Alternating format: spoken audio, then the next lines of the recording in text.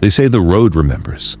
I used to think that was poetic nonsense, a way for truckers to justify the miles they spend staring at the dark. Now, I think it's a warning dressed up as a metaphor. This happened the year I turned 22, the summer after my sophomore year. I was driving from my tiny college town in western Massachusetts back to my parents' place on the coast, the sort of route that takes you past empty farms, a couple of sleepy towns, and then a long ribbon of highway that feels like it belongs to no one. I had done the trip dozens of times. I knew where the best coffee stops were, which toll booth never had a line, what state trooper slept through his radar route. That night I left late, later than I intended, chasing the kind of peace you only find on the road at 1 a.m. One headlight cone, the hum of tires, the soft orchestra of radio static and country songs played too slow. About an hour into the highway stretch, traffic slowed to nothing. A big rig had jackknifed up ahead. I could see the orange flares and the dull glare of emergency lights. We all funneled past on a single lane, patient and quiet, the way strangers become unwilling collaborators when they share one narrow problem. That's when I first noticed the truck behind me. I don't remember why it bothered me. Maybe because it didn't stay in the lane. It hovered like a shadow, close enough that when I glanced at my rearview mirror, I could see the repeated blink of two headlights. It didn't pass when the left lane opened up. Instead, it lingered, riding my bumper like it was tethered to my car by an invisible rope. The driver never honked or made a rude gesture. He didn't need to. He had all the power he needed in the silence. I took an exit I didn't usually take, a back road that cut through a town called Marlow that had a blinking diner and a defunct service station. My rational brain made a theater out of possibilities. Maybe he was lost. Maybe his gas light was on. Maybe he had a kid sleeping in the back seat, any benign reason at all. But my gut folded inward. The truck followed. I watched the mirror and watched the mirror watch the truck. At a four-way stop, he rolled through, engine rumbling low, and for a second I could see a silhouette behind the windshield. A tall head, a profile with a hat, nothing else. No face. If you've ever felt eyes on the back of your head, that's what it was like, a pressure building, a small electric heat in my neck. I sped up. He matched me. I slowed. So did he. I tried to catch a glimpse of a license plate, any detail that would make the story legible and therefore conquerable. The truck's plate was too high. The taillights painted a rectangle of red glare that erased any imprint. I considered stopping in the brightly lit parking lot of a 24-hour gas station. I imagined stepping out, calling someone, asking for help. Instead, I drove through the parking lot and kept going. Ridiculous, because the idea of stopping felt like surrender. The highway began to thin, trees pressing close like hands. The radio filled with a broken advert for a mattress store. Mile markers clicked past. The truck's headlights were a second pair of eyes that never blinked. Every time I thought about calling the police, my mouth dried. What would I say? There's a truck behind me and my knuckles are white? The absurdity of the scene made me ashamed of my fear.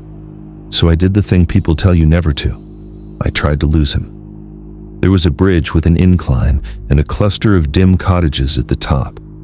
One of those places where a turnoff leads to a coastal road that takes you the scenic way home. I took it. The truck stayed behind, a patient beast. The road wound tight, and for a second I hoped the bends would separate us, the way walls and turns and trees sometimes act like buffers. He didn't give up. At a stoplight, he idled two cars behind me and then turned the wheel the same way I did when I eased onto the coastal lane. It was deliberate now. I felt no more doubt about it. Panic is nothing like the movies. It's not a cinematic swell, it's a detailed narrowing. My hands went numb on the wheel and my brain cut itself into tidy boxes. Stay on the road, keep the car between us and the ditch, maintain speed, don't look at him. I considered my options like a student trying to settle an exam: find a police station, drive to the nearest open store, backtrack to the interstate, pull into someone's driveway and scream. The trouble was, the coast looked like a series of sleeping houses and no lights. My phone had 2 bars. My GPS wavered.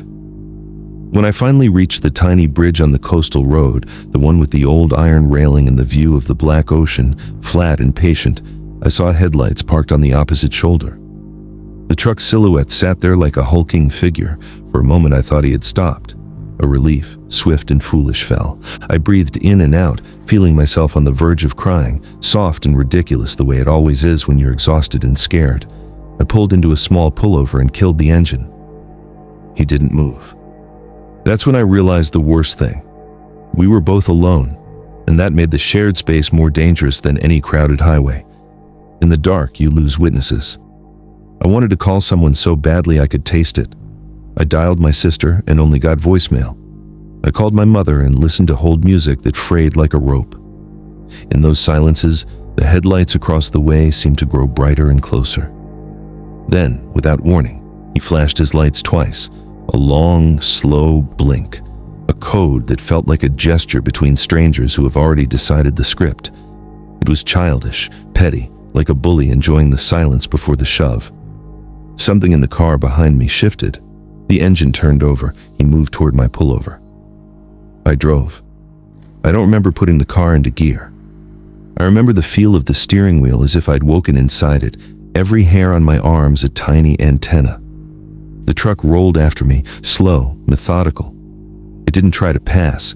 It didn't roar. It just stayed, a moving threat. I found myself on a straightaway where the sea opened, a black plane to my right. The moon broke through clouds, and for a second I thought, if he wants me, maybe it will be quick, maybe it will be over, and this horrible taut feeling in my chest would snap. Since that night, I've thought about all the ways the story could have ended differently and how small choices can tangle you into outcomes you didn't plan. What if I'd stopped? What if I'd called with steady hands? What if I'd turned around and confronted him, or pulled into a driveway and begged for help? Those hypotheticals live in that cough of panic you never forget. Instead, I kept driving until I saw the welcome lights of my parents' town. He didn't follow me into the cluster of street lamps. He hung back at the town's edge like some animal unwilling to cross into domestic light. At a stoplight by the square, I pulled over next to a police cruiser as casually as I could and said the words that felt absurd when spoken aloud. Someone's been following me. The officers looked at my hands on the wheel, the tremor in my voice. They took my details, promised to check the route back, and sat at the diner while I sat inside my car pretending to finish a cigarette I didn't have. They never found the truck. They said they'd patrol. They said paperwork would be filed. It felt both like currency and a thin bandage. Years later, the memory returns in odd fragments. The dull hum of tires, the blink of those headlights, the ridiculous sound of my own breath.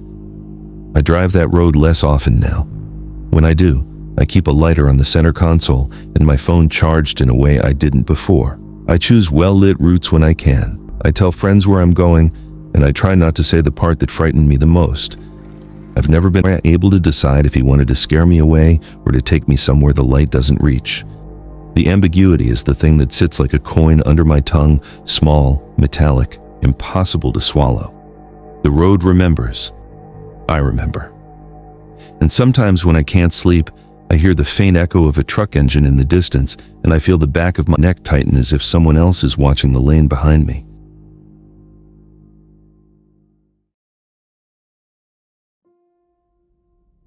I moved into the building because it was cheap and close to the studio where I taught yoga.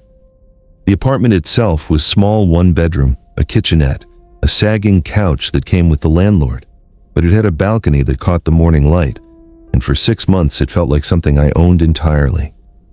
I paid my rent on time, kept plants on the sill, and learned the creaks of the hallway at 3 a.m. There was nothing remarkable about the floor above me. Management insisted it was vacant. The paper stuck to the bulletin board read, Unit 4, B repairs pending. For the first few weeks, I hardly thought about it. Occasionally, I'd hear a faint shuffling in the evening, the kind of domestic harmless sounds that come from someone moving boxes, folding laundry, tapping on a phone. I imagined a contractor dropping work off or a neighbor sorting cleaning supplies. Then, the noises grew precise. It began with just a rhythm, a slow, deliberate footfall that would map itself across the ceiling directly above my bed. Not the erratic stomping of a drunk, but a careful pacing, the kind someone makes when they're listening to the layout of a place they're inhabiting. It happened mostly late, between 2 and 4 in the morning, right when the city felt thin and the rest of me was already surrendered to sleep. I told myself it was an animal, maybe a squirrel in the vents. I told myself that because it was kinder than the alternatives. The pacing changed. It started forming a pattern. 2 steps, a pause. 3 steps, a pause. The sound didn't wander. It traced the same path each night, as if someone was pacing the exact footprint of my living room above me.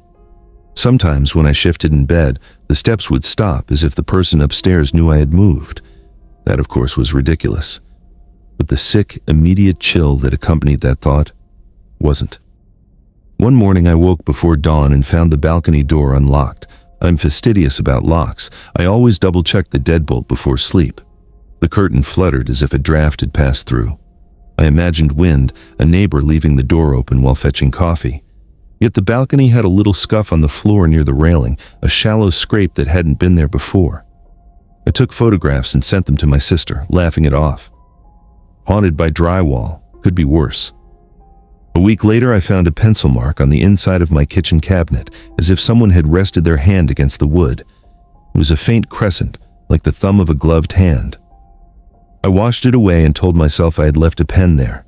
The mind will conspire to make ordinary things apologies for you.